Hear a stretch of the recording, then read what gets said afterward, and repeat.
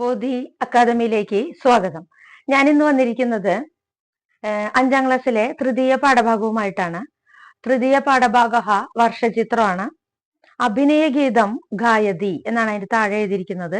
അതായത് action song അവിടെ പാടുകയാണ്. ഛാത്രാഹ അനുഗായന്തി, വിദ്യാർത്ഥികൾ അതിന്റെ കൂടെ പാടുന്നുണ്ട്. ചന്നം ഭിന്നം വർഷന്തി, വൃക്ഷേ വൃക്ഷേ വർഷന്തി, ചന്നം ഭിന്നം വർഷന്തി, ഗേഹേ ഗേഹേ വർഷന്തി, ചന്നം ഭിന്നം വർഷന്തി, മേഘാഹ സതതം വർഷന്തി. അവിടെ ഒരു പദ്യമാണ് നമുക്ക് തൃതീയ പാഠഭാഗത്ത് കൊടുത്തിരിക്കുന്നത്. അപ്പൊ എന്താണ് എന്നുള്ളത് നമുക്ക് നോക്കാം. ചന്നം ഭിന്നം വർഷന്തി, ചന്നം ഭിന്നം പെയ്യുന്നു. എന്താണ് പെയ്യുന്നത്? വൃക്ഷേ വൃക്ഷേ വർഷന്തി, വൃക്ഷങ്ങളിലും അത് പെയ്യുന്നു. ചന്നം ഭിന്നം വർഷന്തി, ഗേഹേ ഗേഹേ വർഷന്തി, ചന്നം ഭിന്നം പെയ്യുന്നു, വീടുകളിൽ മേലും അത് പെയ്തുകൊണ്ടിരിക്കുന്നു. ചന്നം ഭിന്നം വർഷന്തി, മേഘാഹ സതതം വർഷന്തി, മേഘങ്ങളെല്ലാം ഇപ്പോഴും പെയ്തുകൊണ്ടേയിരിക്കുന്നു എന്നാണ് അവിടെ പദ്യത്തിന്റെ അർത്ഥം. അപ്പൊ അവിടെ അതിന്റെ താഴെ ഒരു ചോദ്യമുണ്ട്. കെ വർഷന്തി, ആരാണ് വർഷിക്കുന്നത്? ആരാണ്? മേഘാഹ വർഷന്തി. അതിന്റെ നേരെ തന്നെ ഉത്തരവ് എഴുതിയിട്ടുണ്ട്, മേഘാഹ വർഷന്തി. ഇപ്പൊ പരീക്ഷയ്ക്ക് ചോദിക്കുന്ന ഒരു ക്വസ്റ്റ്യൻ ആണ്. കെ വർഷന്തി, ആരാണ് പെയ്യുന്നത്? മേഘാഹ വർഷന്തി. മേഘാഹ കഥാ ആധിക്യേന വർഷന്തി, മേഘങ്ങള് എപ്പോഴൊക്കെയാണ് പെയ്തുകൊണ്ടിരിക്കുന്നത്? എപ്പോഴാണ്? വർഷകാലെ. അവിടെ ഉത്തരം കൊടുത്തിട്ടുണ്ട് അതിന്റെ നേരെ. വർഷകാലത്തിലാണ് മേഘങ്ങൾ ഇങ്ങനെ എപ്പോഴും പെയ്തുകൊണ്ടിരിക്കുന്നതെന്ന് പറയാം. ഇനി അവിടെ ഒരു പെട്ടി കൊടുത്തിട്ടുണ്ട്. ആ പെട്ടി നോക്കാം. പ്രകൃതിയും പശ്യതു, പ്രകൃതി നോക്കൂ. പ്രകൃതേഹേ ഭാവഹ പരിവർത്തമാനഹ ഭവതി, പ്രകൃതിയുടെ ഭാവം വളരെ മാറ്റമുള്ളതാണ്. പ്രകൃതി ഇപ്പൊ കാണുന്ന പോലെയല്ല, കുറച്ച് കഴിയുമ്പോൾ പ്രകൃതിയുടെ ഭാവത്തിന് മാറ്റം ഉണ്ടാകുന്നു എന്നാ പറയുന്നത്. പ്രകൃതി കഥാചിത് ശൈത്യം ഉഷ്ണം വൃഷ്ടിരവി സംഭവതി, പ്രകൃതിക്ക് ചിലപ്പോൾ ശൈത്യമായിരിക്കും. ശൈത്യം എന്ന് പറഞ്ഞാൽ തണുപ്പ്. ഉഷ്ണം ചിലപ്പോൾ ഉഷ്ണമായിരിക്കും, ചൂടായിരിക്കും. വൃഷ്ടിരവി ചിലപ്പോൾ മഴയുമായിരിക്കും സംഭവിക്കുക. അപ്പൊ അവിടെ പ്രകൃതിക്ക് പലപ്പോഴും പല ഭാവമാണെന്ന് പറയുന്നത് അതുകൊണ്ടാണ്. എന്തുകൊണ്ടാണ്? പ്രകൃതിക്ക് ചില സമയത്ത് ശൈത്യമായിരിക്കും, ചില സമയത്ത് ഉഷ്ണമായിരിക്കും, ചില സമയത്ത് മഴയായിരിക്കും. അതാണ് അവിടെ പറയുന്നത്. വർഷകാലെ പ്രകൃതേഹേ ചിത്രം പശ്യതു, വർഷകാലത്തെ പ്രകൃതിയുടെ ചിത്രം നോക്കൂ എന്നാണ് പറഞ്ഞിരിക്കുന്നത്. അപ്പൊ നമുക്ക് 34ാമത്തെ പേജാണ് ഇപ്പൊ നമ്മൾ നോക്കിയത്. അടുത്ത പേജില് പ്രകൃതിയുടെ വർഷകാലത്തിന്റെ ചിത്രം കൊടുത്തിട്ടുണ്ട്. അപ്പൊ നമുക്കത് നോക്കാം. പേജ് നമ്പർ 35 നോക്കാം.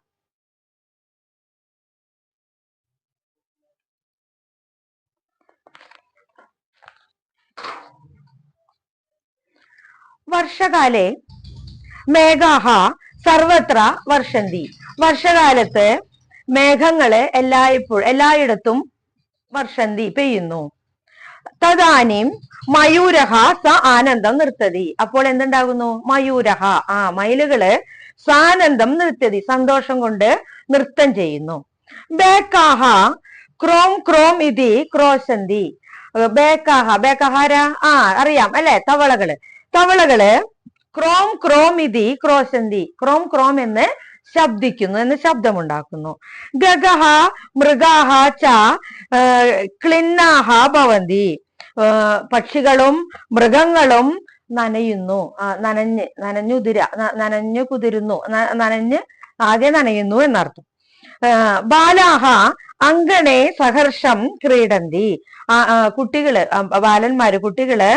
അങ്കണേ മുറ്റത്ത് സഹർഷം സന്തോഷത്തോടു കൂടി ക്രീഡന്തി കളിക്കുന്നു, വളരെ സന്തോഷം. മഴ പെയ്യുമ്പോ കുട്ടികൾക്ക് ഭയങ്കര സന്തോഷമാണ് അല്ലെ? മഴയത്തൊക്കെ കളിക്കാൻ, ആ വെള്ളത്തിലൊക്കെ ഇങ്ങനെ ചവിട്ടി നടക്കാനൊക്കെ കുട്ടികൾക്ക് ഭയങ്കര ഇഷ്ടമാണ്. അപ്പോ ആ അങ്കണത്തില് സന്തോഷം, കുട്ടികള് കളിക്കുന്നു എന്നർത്ഥം. ജലാശയ പൂർണ്ണ ഭവന്തി, ജലാശയങ്ങള് കുളായാലും തോടായാലും ഏത് ജലാശയമായാലും അത് പൂർണ്ണ ഭവതി, അത് നിറയുന്നു. കൃഷകാഹ സാമോദം കർഷന്തി, കൃഷിക്കാരെ സന്തോഷത്തോടു കൂടി നിലം ഉഴുതുന്നു. പ്രകൃതി ആർദ്ര ഹരിത ച ഭവതി, പ്രകൃതി നനഞ്ഞ് പച്ചപ്പ് ഉള്ളതായി തീരുന്നു. നനഞ്ഞു ഉതിർന്ന പച്ചപ്പ് ഉണ്ടാകുന്നു പ്രകൃതിക്ക്. അതായത് ആ പച്ചപ്പില് മഴ പെയ്യുമ്പോൾ ആ പച്ചപ്പൊക്കെ നനഞ്ഞിങ്ങനെ പച്ചപ്പ് കാണാനായിട്ട് നമുക്ക് സാധിക്കുന്നു എന്നാണ് പറയുന്നത്. അപ്പൊ പ്രകൃതിയെ കുറിച്ചാണ് ഇവിടെ നമുക്ക് പറഞ്ഞിരിക്കുന്നത്. മനസ്സിലായോ? ഇനി നമുക്ക് അടുത്ത പേജ് നോക്കാം. പേജ് നമ്പർ 36 പദച്ഛേദമാണ് കൊടുത്തിരിക്കുന്നത്. പദച്ഛേദ വായിക്കാം. വൃഷ്ടിരഭി, വൃഷ്ടിഹി അധികം അഭി. ഇനി വിഗ്രഹമാണ് കൊടുത്തിരിക്കുന്നത്. വിഗ്രഹം സാനന്ദം, ആനന്ദേന സഹ സാനന്ദം. സഹർഷം, ഹർഷേണ സഹ സഹർഷം. ഇതാണ് പാഠഭാഗത്ത് നിന്ന് വരുന്നതായിട്ടുള്ള പദച്ഛേദവും അതിലെ വിഗ്രഹവാക്യവും.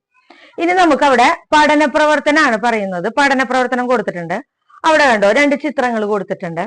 അവിടെ വർഷകാലസ്യ മനോഹര ദൃശ്യാനി സമാഹൃത്യ ചിത്രസമ്പൂടം രചയതു. അത് നിങ്ങളാണ് ചെയ്യേണ്ടത്. വർഷകാലത്തുള്ള മനോഹര ദൃശ്യങ്ങൾ എടുത്തുകൊണ്ട് ശേഖരിച്ചിട്ട് നിങ്ങൾ അവിടെ ആ ബാക്കിയുള്ള 4 പെട്ടിക്കുള്ളില് ആ ചിത്രങ്ങൾ നിങ്ങൾ ശേഖരിച്ച് വെക്കണം. മനസ്സിലായോ? അപ്പൊ അത് നിങ്ങൾക്കുള്ള വർക്കാണ്. അപ്പൊ അങ്ങനത്തെ ചിത്രങ്ങള് വർഷകാലത്ത് മഴ പെയ്യുമ്പോഴൊക്കെ ഉള്ള ചിത്രങ്ങളൊക്കെ എടുത്തിട്ട് അത് ഫോട്ടോ ആയിട്ടുണ്ടെങ്കിൽ അതവിടെ ഒട്ടിച്ച് വെക്കുക.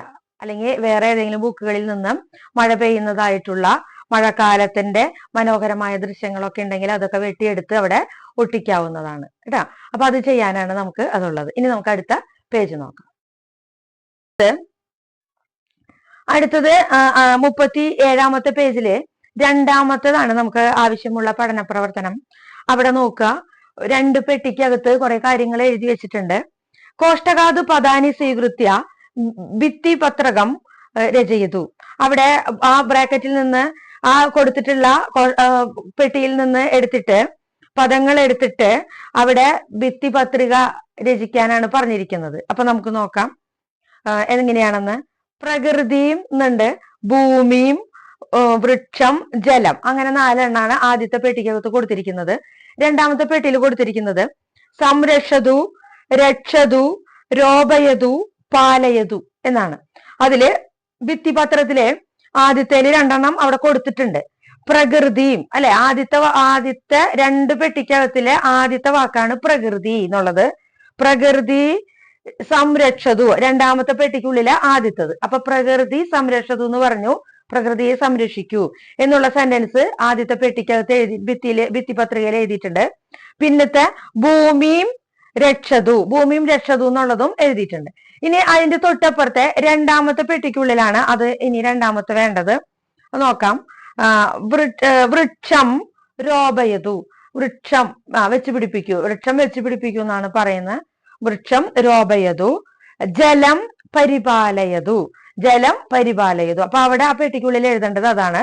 വൃക്ഷം രോപയതു, അതുപോലെ ജലം പരിപാലയതു എന്നാണ് അവിടെ എഴുതേണ്ടത്. അപ്പൊ അതാണ് നമുക്ക് ആവശ്യമുള്ള പഠന പ്രവർത്തനം. ഇനി നമുക്ക് അടുത്ത പേജ് നോക്കാം. പേജ് നമ്പർ 38 അതിലെ ആദ്യത്തെ നോക്കാം. പഠന പ്രവർത്തനം. അനുബന്ധം ദൃഷ്ട്വ ഋതൂനാം നാമാനി വധതു ലിഖതുച.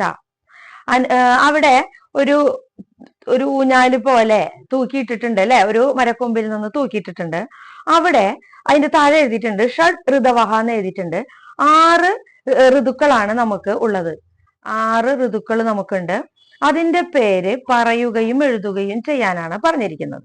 അപ്പൊ അവിടെ ആ കൊടുത്തിരിക്കുന്ന ആ പലകയിലാണ്, ആ ഊഞ്ഞാലുമ്മ കൊടുത്തിരിക്കുന്ന ആ പലകയിലാണ് നമ്മൾ എഴുതേണ്ടത്. അപ്പൊ ആദ്യത്തെ നമുക്ക് നോക്കാം. വസന്തഹ, ആദ്യത്തത് വസന്തഹ. പിന്നത്തെ 2ാമത്തെ ഗ്രീഷ്മഹ, 3ാമത്തെ വർഷ, 4 ശരത്ത്, 5 ഹേമന്തം, 6 ശിശിരഹ. അപ്പൊ ഇത്രയും 6 ഋതുക്കളാണ് നമുക്ക് ഉള്ളത്. 1 വസന്തകാലം, 2 ഗ്രീഷ്മകാലം, 3 വർഷകാലം, 4 ശരത്കാലം, 5 ഹേമന്തകാലം, 6 ശിശിരകാലം. അങ്ങനെ 6 കാലങ്ങൾ, 6 ഋതുക്കളാണ് നമുക്ക് ഉള്ളത് എന്നാണ് പറയുന്നത്. അപ്പൊ അതവിടെ നമ്മൾ എഴുതി ചേർക്കണം. ഇനി അടുത്തത് 2ാമത്തെ നോക്കുക. റിക്തസ്ഥാനാനി പൂരയതു. അവിടെ പൂരിപ്പിക്കാനുള്ള ഭാഗമാണ്. ആ പൂരിപ്പിക്കാനാണ് പറയുന്നത്. പൂരിപ്പിക്കൂ എന്ന് പറയാണ്. അവിടെ നമുക്ക് കൊടുത്തിട്ടുണ്ട് 2 പെട്ടിയായിട്ടാണ് കൊടുത്തിരിക്കുന്നത്. അതില് ഏകവചനവും കൊടുത്തിട്ടുണ്ട്, ബഹുവചനവും കൊടുത്തിട്ടുണ്ട്. അവിടെ നോക്കാം. ആദ്യത്തെ ഒരു എക്സാമ്പിൾ അവിടെ കൊടുത്തിട്ടുണ്ട്. ഭവതി. ഭവതി എന്ന് പറഞ്ഞാൽ ആകുന്നു എന്നാണ് ഭവന്തി എന്ന് പറഞ്ഞാലും ആകുന്നു എന്നാണ് അർത്ഥം. അവിടെ ഒരാളെ കുറിച്ച്, അതായത് ഒരാളെ പറ്റി പറയുമ്പോഴാണ് നമ്മൾ ഭവതി ഉപയോഗിക്കുക. അതുപോലെ ബഹുവചനം വരുമ്പോഴാണ് അവിടെ ഭവന്തി ഉപയോഗിക്കുക എന്നുള്ളത് ചെയ്യുന്നത്. അപ്പൊ നോക്കൂ, ക്രീഡതി കളിക്കുന്നു.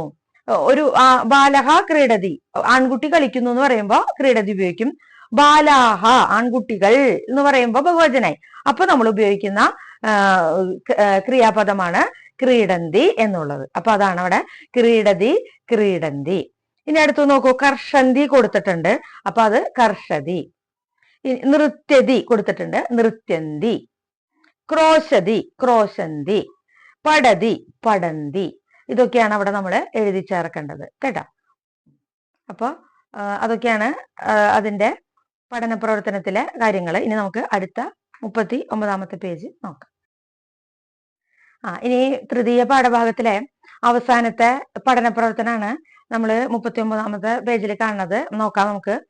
പാദടിപ്പണിയും ലിഖതു. അവിടെ എഴുതാനാണ് പറഞ്ഞിരിക്കുന്നത്. അവിടെ നോക്കൂ, മേഘാഹ വർഷതിന്ന് ഒരു ചിത്രം കൊടുത്തിട്ട് അതിന്റെ താഴെ എഴുതിയിട്ടുണ്ട് മേഘങ്ങൾ പെയ്യുന്നു എന്നർത്ഥം. അതുപോലെ അവിടെ ചിത്രങ്ങൾ കൊടുത്തിട്ടുണ്ട്. അതുപോലെ അവിടെ വാക്കുകളും കൊടുത്തിട്ടുണ്ട്. 5 വാക്ക് കൊടുത്തിട്ടുണ്ട്. അതിൽ നിന്ന് ഉചിതമായ വാക്കുകൾ നമ്മൾ അവിടെ എഴുതി ചേർക്കണം. അപ്പൊ നമുക്ക് നോക്കാം. മേഘാഹ വർഷതി, മേഘങ്ങൾ പെയ്യുന്നു എന്ന് അവിടെ കൊടുത്തിട്ടുണ്ട്. രണ്ടാമത്തെ നോക്കൂ, ബേക്കാഹ എന്താണ്? ക്രോശന്തി, തവളകള് ശബ്ദിക്കുന്നു അല്ലെ. ബാലാഹ അവിടെ എന്താണ് ഉപയോഗിക്കേണ്ടത്? ക്രീഡന്തി കളിക്കുന്നു. മയൂരഹ, മയൂരം എന്താ ചെയ്യണേ?